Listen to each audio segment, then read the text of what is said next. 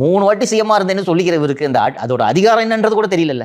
ஜெயலலிதா நீ இல்லை, ரைட்டா? நீ தான் சிஎம் சொன்னால் டிஜிபியும் கமிஷனரும் கேட்கணுமா? கேட்க மாட்டாங்களாப்பா? கேட்பாங்க.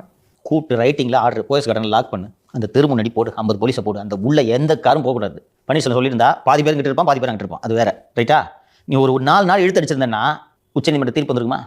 அதை செய்யணும்ல. இந்த பக்கம் வாங்க, பழனிசாமி வாங்க. கூவத்தூரில் காலில் விழுந்து, காலை தேடி சென்று காலில் விழுந்து வணங்கி முதல்வர் பதவியை ஏற்றுக்கொள்கிறார். நான் போயிடுவேன் ஜெயிலுக்கு, தினகரன் சொல்கிறபடி கேட்டுக்கிட்டு ஆட்சியை நடத்துங்க அப்படின்னு சின்னம்மா சொல்கிறாங்க. அதன்படி வாரம் இவர்கள் அத்தனை பேரும் சொல்கிறார்கள். தங்கமணி, வேலுமணி, சிவிஎஸ் போனாரன் இல்லைன்னு தெரியல, யார் அமைச்சராக இருந்தாங்களோ, சிவிஎஸ் அப்போ அமைச்சராக இருந்தாரன்னு தெரியல எனக்கு. போகிறாங்க எல்லாம், போய் டிடிவி தினகரன்ட்ட போன உடனே ஒரு இது மாதிரி ஒரு சோஃபாவில் உட்காந்து போய் இவங்கெல்லாம் வரிசை அப்படி உட்காரணும்.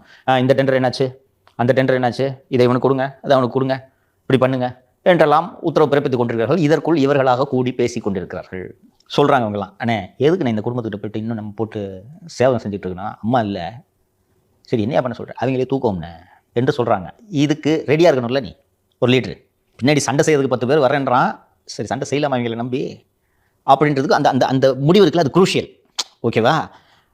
எதுக்கு வேணாம், அவங்க சொல்றபடி கேட்டுக்கிட்டு நம்ம இந்த 4 வருஷம் முதலமைச்சராக ஓட்டிட்டு போகலான்ட்டும் முடிவு எடுக்கலாம். அப்படி இல்லாமல் சரி சண்டை செஞ்சு தான் பார்ப்போம், தோத்தா தோக்குறது, சண்டை செஞ்சு பார்ப்போம், இந்த முடிவையும் எடுக்கலாம். பன்னீர்செல்வம் எந்த முடிவு எடுத்துருப்பாரு? உங்ககிட்ட கொடுக்குறாங்க ராஜினாமா லெட்டரை, அதையும் போய் கொடுத்துட்டு அம்மா ஆன்மாவிடம் பேசி கொண்டிருக்கிறேன்னு உட்காந்த பழனிசாமிகிட்ட சொல்கிறாங்க, சிவசேனானே நீக்கலானே, என்ன பண்ணாங்க?